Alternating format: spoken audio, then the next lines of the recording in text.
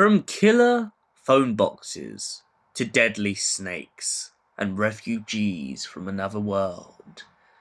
Get ready, sit back, grab your popcorn, ladies and gents, because today is going to be an interesting review. Hello, ladies and gentlemen, boys and girls, people of all ages, sexualities, and identities, and welcome back to another Doctor Who review. And today's Doctor Who review is none other than Smith and Sullivan. Sarah Jane Smith has finally left the TARDIS and has decided to go back to ordinary life. She is living day by day with her talking metal dog in Croydon, when all of a sudden she comes face to face with an old familiar face, none other than Harry Sullivan. Hello, old girl. Harry is just passing by, and to make matters even more worse for Sarah, her Aunt Lavinia is in town. Whilst chasing up on a lead where multiple phone boxes have been used and people have died, Sarah tries to find the root of the problem, only to find herself face to face with an entity that can't quite be seen. It turns out that a company has made an alliance with a creature called the Wire. Yes, if you're thinking this sounds very familiar, it's because it is. It's very similar to the monster in The Idiot's Lantern, the Wire. So Sarah and Sullivan find themselves face to face with the electric monster and try to find a way in which to close down the electric and catch it in one single unit. The problem is the Wire has control of every electrical appliance in the building, and it will stop at nothing to keep taking victim after victim after victim.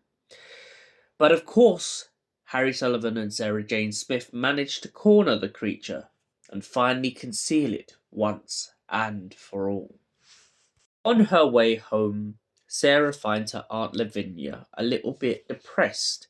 It turns out that Aunt Lavinia's good friend has passed, and she'll never get much more time with him. And so she suggests to Sarah to run after Harry Sullivan whilst he's around, keep him in her life, so to speak. That first story was called The Caller. The next story was called Union of the Snake. A father slash plasterer starts off his business as a multi-millionaire overnight. His miraculous success is an absolute story that Sarah can't help but be captivated by. She finds any way to get herself in the company, and what better way to get inside the company than for her to become his new assistant. Meanwhile, Harry Sullivan and K9 are trying their best to investigate the company in any shape or form they can without being detected. After a couple deaths, Sarah finds herself in the crosshairs of the boss. It turns out that her boss wants her to go and steal a kind of dematerialization circuit in order to operate some sort of portal. The only problem is the woman who has the dematerialization circuit doesn't want to give it up. And so the only way for her to get into the building is she must use K9 as leverage. She uses this so that Harry Sullivan can break into her shed, grab the item, run away, and get away in the car. The woman tries to offer a big sum of money for K9, but Sarah won't budge. They get the circuit, but of course, because of the iron snake, they end up being chased down by the metal creature throughout the British countryside. The story progresses. Sarah points out that her main motive is to help this boss of hers, not only because of the fact that he has given her the job, but because of the fact that he lost a son who got lost somewhere in time and space. He doesn't know quite where, but all he knows is this creature has promised him a way of finding his son. When Sarah comes face to face with the creature, Sarah asks whether they're telling the truth. The creature shows an echo of his son calling out, but of course, intervention comes into play and the dog ends up shooting the portal. K9 destroys the portal, which then traps the father and the son in another dimension after the father jumps in to find his own son. Final story, Blood Type, follows the events of the previous story. Sarah and Harry continue their investigating into the weird and the strange around Croydon, London, and wherever strange occurrences happen. But of course, to make matters even worse, they come across something so horrific that it makes her blood boil.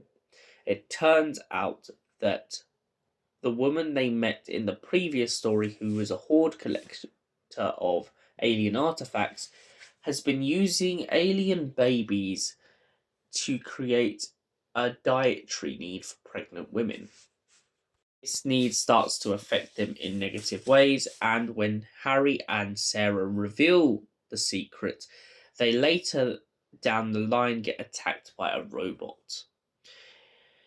But the robot had nothing to do with this woman. In fact, it turns out that the woman they were previously exposing has been killed by a death squadron, all on the basis that Sarah got too close to a refugee who was in fact trying to live their life on Earth as a normal human being.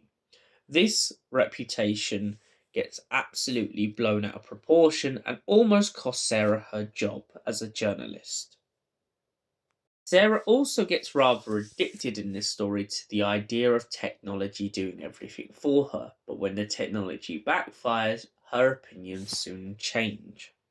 The refugee who killed the woman who was obsessed with technology, of course, ends up admitting his guilt and goes to jail for it. The only reason he does this is because Sarah points out that if he doesn't, they'll expose him to UNIT, or worse, they'll let the Death Squadron have their way with him. So what did I think of Smith and Sullivan? Well, it's a great story. Honestly, anyone who's a big fan of the Sarah Jane Adventures or K9 and Company, this is the box set for you. Sarah meeting back up with Harry Sullivan. At first, I'll be honest, although I loved the concept, I was really skeptical because of the fact that the last time we saw Sarah and Harry Sullivan together was through season 12 of the Fourth Doctor's era.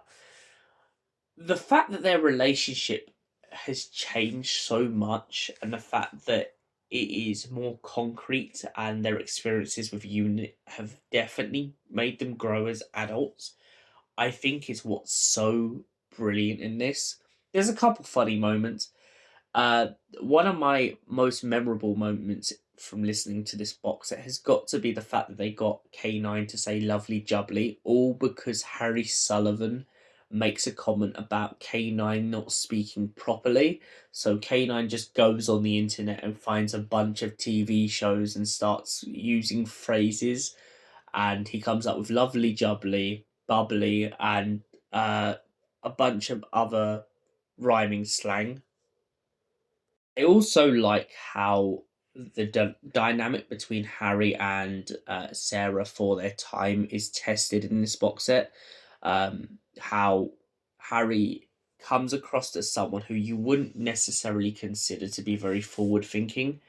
And the fact that Sarah has to constantly question that, I think, is brilliant. Especially in those moments where she's like, "Oh, you most really think this," and Harry's like, "No, Sarah, I'm not that minded." I also love Aunt Lavinia's reaction to when she first meets Harry Sullivan. He's so much in that position, like when people meet people's family for the first time and they're like, "Oh, what do I do? What do I say? I don't want to get in trouble."